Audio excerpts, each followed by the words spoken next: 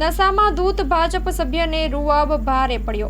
નશામાં ધૂત ભાજપ સભ્યને રૂઆબ ભારે પડ્યો. આણંદ ભાજપના સભ્ય સહિત 4 ખાનદાન નબીરા દારૂના નશામાં કાર ચલાવતા વડોદરા કોટા પોલીસના હાથે ઝડપાયા.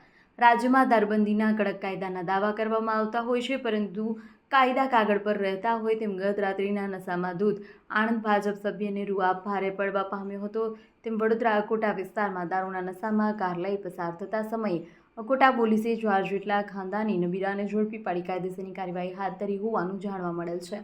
પ્રાપ્ત વિગત અનુસાર રાજ્ય સરકાર ગમે તેટલા દારૂબંધીના કડક કાયદાના અમલના દાવા કરે, પરંતુ પીને વાલે કો પીને કા બહાના ચાહિયેના કેફમાં ગત રાત્રિના વડોદરા કોટા વિસ્તારમાંથી પસાર થતી કારમાં દારૂની મહેફિલ માણી કાર ચલાવતા 4 શખ્સોને ઝડપી પાડતા તેમાં આણંદ ભાજપ સભ્ય અને કરમસદ પાલિકાના પૂર્વ કાઉન્સિલર, ગુજરાત સ્ટેટ કોઓપરેટિવ બેંકના ડિરેક્ટર, આણંદ જિલ્લા પૂર્વ ભાજપ સંગઠન મંત્રી દિલીપ પટેલના પુત્ર હિરણ પટેલ, સ્મિત પટેલ, કેવલ પટેલ તથા જીગર પટેલની કાર સહિત મુદ્દામાલ સાથે ઝડપી પાડી કાયદેસરની કાર્યવાહી હાથ ધરી હોવાનું જાણવા મળેલ છે.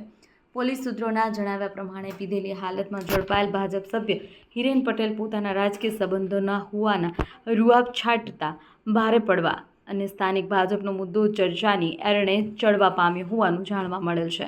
અહેવાલ માં ન્યૂઝ નંદલાલ ભાનુશાળી સાથે બકુલ પટેલ, આણંદ.